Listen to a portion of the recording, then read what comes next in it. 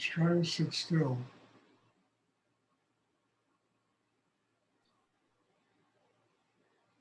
I have a question, Stuart. Yes, so In both your book, Lotus Flower in Muddy Waters, and Rudy's book, you both briefly reference the astral plane. Is that anything that has relevance in our practice anymore? And can you describe exactly what it is? uh, yeah, yes, it has a great deal of relevance. And, look, it's an area of consciousness that's really just above the crown chakra. And it's an area of consciousness that will open inside a human being some very powerful things, I mean, magical things, the third eye. And a lot of people in their practice will, somehow, tap that area, and it becomes the end of their practice. And it's like Rudy always said, it's not shopping on the fourth floor of a department store, which could be the astral plane. But the ultimate goal is to become one with what is infinite in the universe. So the astral plane, what manifests are, strong images of the imagination, dreams, things of that nature are very much a product of the astral plane. And they're gifts that were given on the earth, when we sleep and even when we're awake. We're given those gifts, so that we can utilize them and, as energy forces that can help us to open deeper. People try to analyze them, they try to figure them out, they try to do all that stuff, but it's it's not the ultimate goal. And the reason I don't talk about it a great deal is because I find that many people, when they touch that level of energy, it becomes the end of their spiritual growth. Because they start getting into all this stuff like tarot cards and astrology, and it becomes literally the end of their growth. And the whole purpose of all this is, no matter what level of consciousness you can connect with, it has to become fuel for you to move on. Now you can use things like astrology and astral traveling and all of this kind of stuff that prophesies life and et cetera, but it's not the end product. It's not the end of inner work or spiritual growth. It's a guide. And that kind of guide has to be used intelligently, and we can't get stuck there and limited by these things, which are of a higher nature, but they're certainly not the ultimate goal of spiritual enlightenment.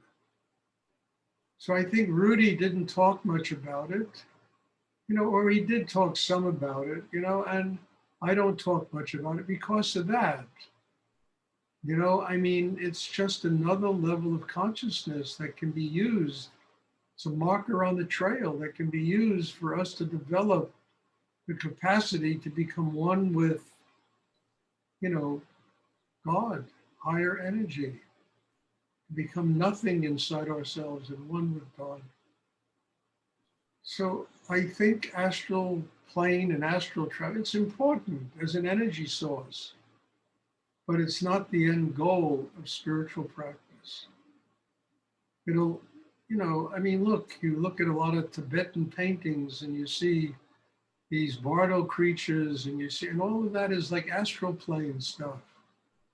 It's on a higher plane of consciousness, but it's not the end of the inner evolution of a human being. And if it becomes the end, it becomes one's limitation instead of just being another step on a ladder to help one get closer to God.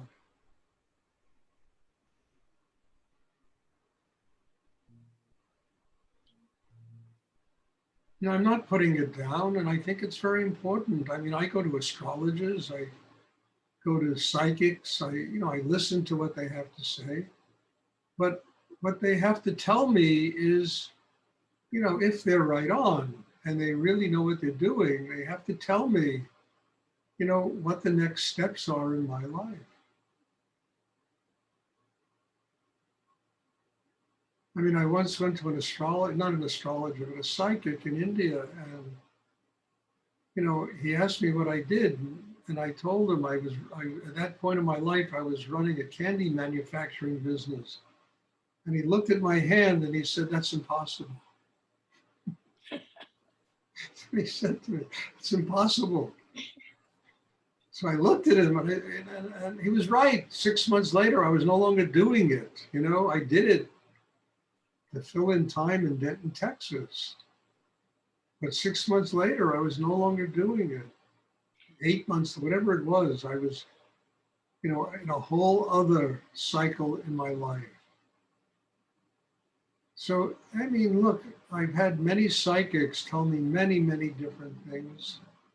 I listen to them. I never allow what they tell me to be an end in itself. It's a step on a ladder that helps me get closer to God. So I'm not putting down astral traveling and all that stuff.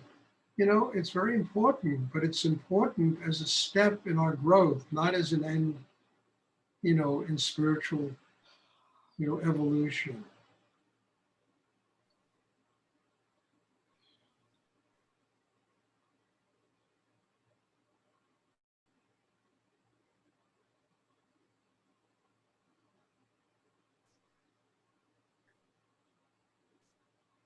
You know, when I was in Brazil, I went to the psychic in the, candomblé, you know, religion, and he was telling me all kinds of things, and a lot of it was very true, but not an end in itself. It was just a guide for me, you know, when I internalize my inner work, to use that to get to a higher plane, to become one with God, the nothingness, one with the universe.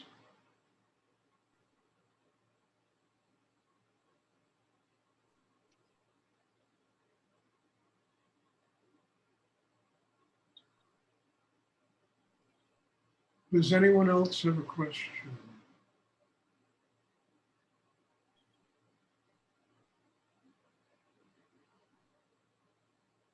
You know, a lot of art, a lot of music, a lot of theater, a lot of the arts come from the astral plane or areas around the imagination, you know, dream realities. You know, they're a manifestation of that kind of energy. But they in themselves are not an end in itself. It's an incredible vision of a higher plane of consciousness.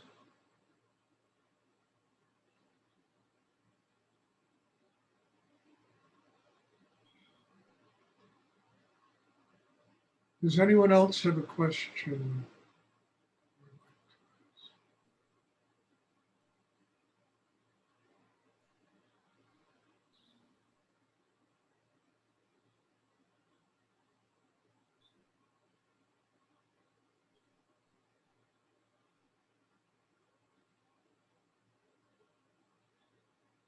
You know, I've met people in my life who were literally lost in the astral plane. You know, they had no grounding. You know, it's like they didn't walk with their feet on the earth. They were so spaced out and so that kind of energy. And honestly, in order for that type of energy to be real and to be nurturing and to help us grow, we have to be grounded. Otherwise, it's too strong. It could just snap one's whole consciousness, their brain, their mind, their, you know. And I've met people like that who were gifted psychically and they had no grounding in the world.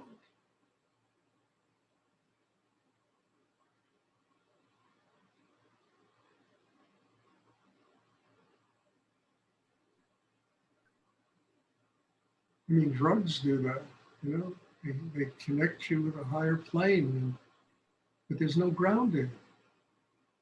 And then you use up all your energy and, you know, exhaust yourself, because the energy of that higher plane is too strong and one is not ready to deal with it. You have to be ready to deal with it. And that's why one has to build the system inside, so that when you begin to experience those higher planes, you have the strength inside to deal with them. And they don't just burn you up inside, psychically, physically, emotionally, in every way.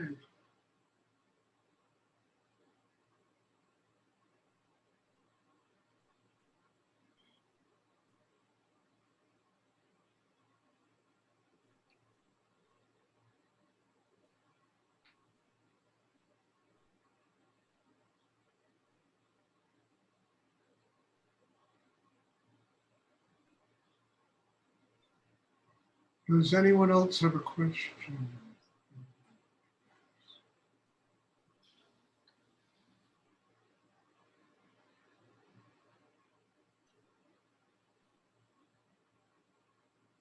I mean, in his book, Rudy talks a lot about, time and space. And towards the end of his life, he used to talk a great deal about that when he gave lectures, time and space.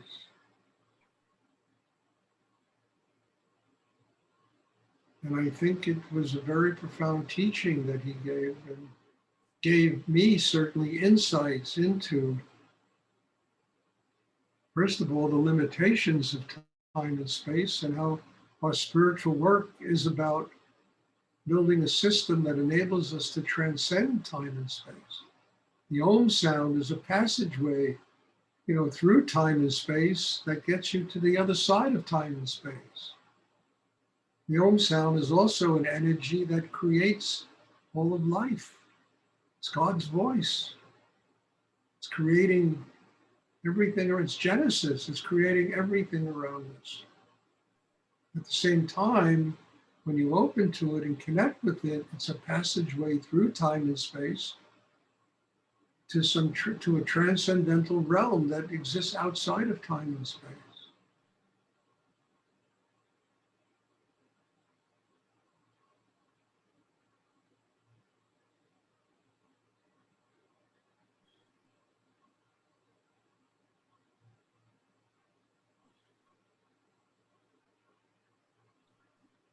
And we're all given time and space. We're born, we have time and space. It's what we do with time and space that's the key to our spiritual evolution. If we fill it with our ego, we fill it with our minds, our anger, our insecurity, our problem, that's what time and space becomes. We transform all those things into love, into joy. We work out our karma on the earth. And working out your karma on the earth gives you the strength to be able to open to the astral plane, to higher planes of consciousness that come.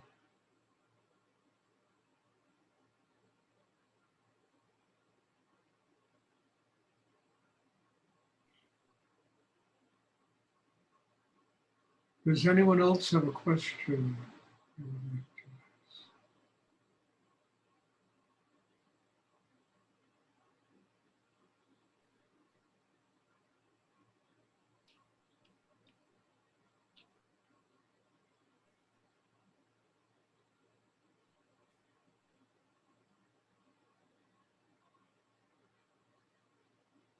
Okay, if there are no more questions, then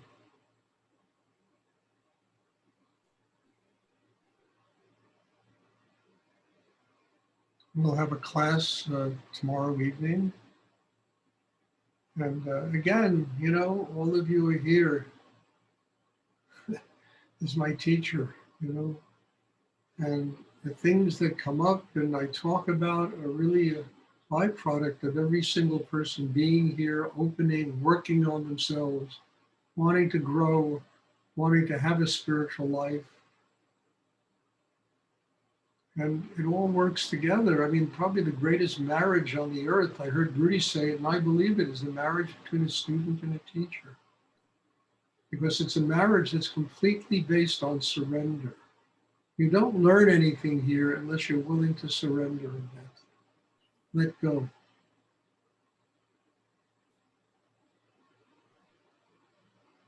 And your doing that is a tremendous, impetus for me to do the work that I do on myself to help bring the class to a very good level. So God bless you all. Thank you. And I'm looking forward to seeing you all tomorrow. To be class tomorrow, same time. Bless you. Thank you so Thank you, much. Stuart. You're welcome. Thank you. Night. Good night.